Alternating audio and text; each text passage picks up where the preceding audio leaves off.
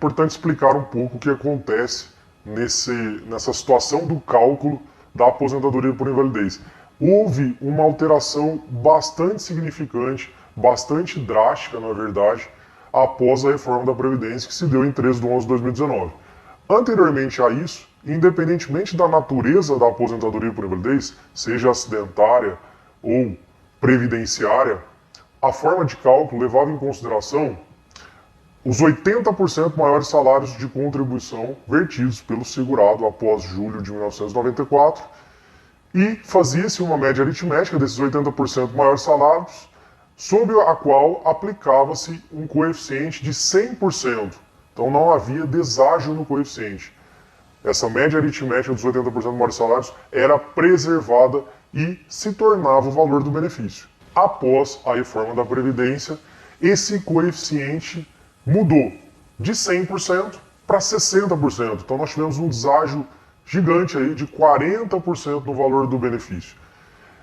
Aplica-se ainda, pessoal, um acréscimo de 2% caso o segurado tenha, se for homem, mais de 20 anos de contribuição, se for mulher, mais de 15 anos de contribuição, a cada ano que exceda esses 20 ou 15. Mas a gente sabe que a realidade é muito difícil você encontrar um segurado que se aposenta por invalidez com mais de 20 anos de contribuição, sendo homem, ou com mais de 15 anos de contribuição, sendo mulher.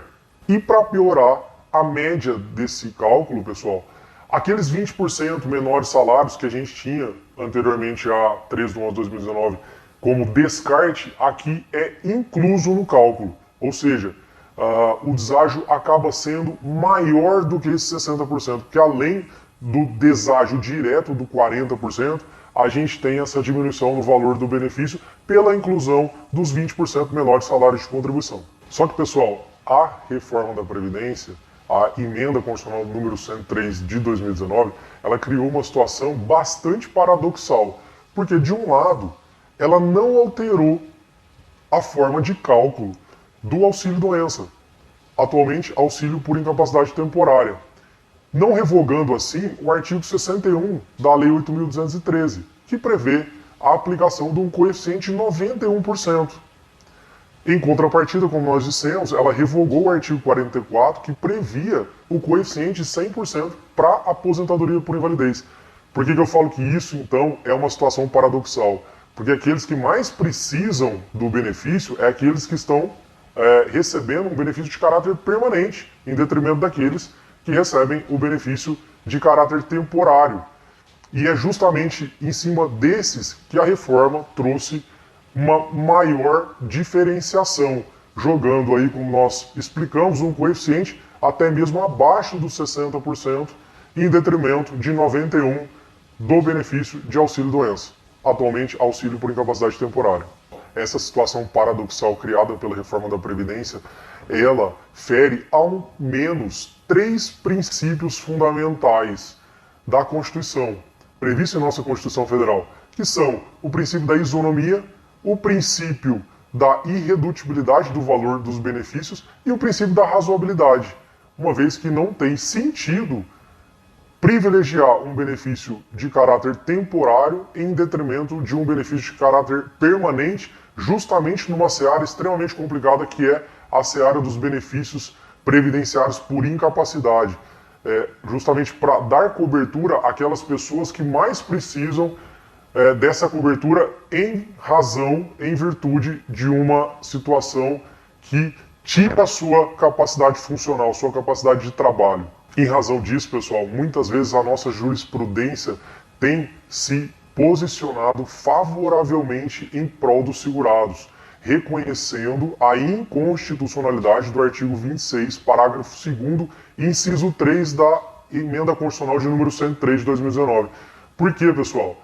Justamente pelos motivos que nós trouxemos, de afrontar princípios constitucionais essenciais e também, pessoal, de criar uma situação totalmente paradoxal entre esses dois benefícios, privilegiando um benefício de caráter temporário em detrimento de um benefício de caráter permanente. E aí, pessoal, recentemente, após nós termos várias decisões singulares e pontuais ao longo dos tribunais, nós tivemos pela primeira vez uma decisão nível turma de uniformização de jurisprudência dos juizados especiais federais. Nesse caso foi a turma regional de uniformização do TRF da 4ª Região, que reconheceu a inconstitucionalidade que nós dissemos, do artigo 26, parágrafo 2º, inciso 3, da emenda constitucional de número 103 de 2019, que trouxe a nova forma de cálculo do benefício de aposentadoria por invalidez, revogando o então artigo 44 da 8.213. E eu vou trazer para vocês, pessoal, na tela, um pouquinho dessa decisão para vocês verem o quão importante essa decisão é para os segurados que vão necessitar desse benefício tão importante. A emenda constitucional número 103 de 2019 alterou a forma de cálculo dos benefícios previdenciários.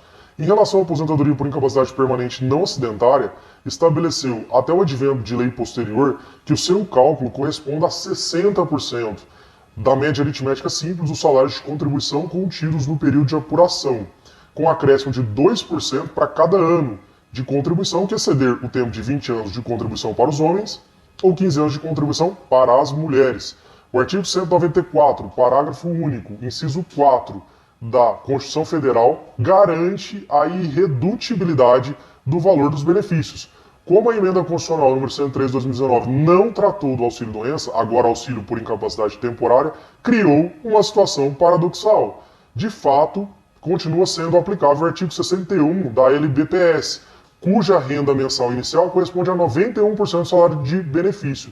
Desta forma, se um segurado estiver recebendo auxílio-doença que for convertido em aposentadoria por incapacidade permanente, terá uma redução substancial, não fazendo sentido do ponto de vista da proteção social que um benefício por incapacidade temporária tenha um valor superior a um benefício por incapacidade permanente.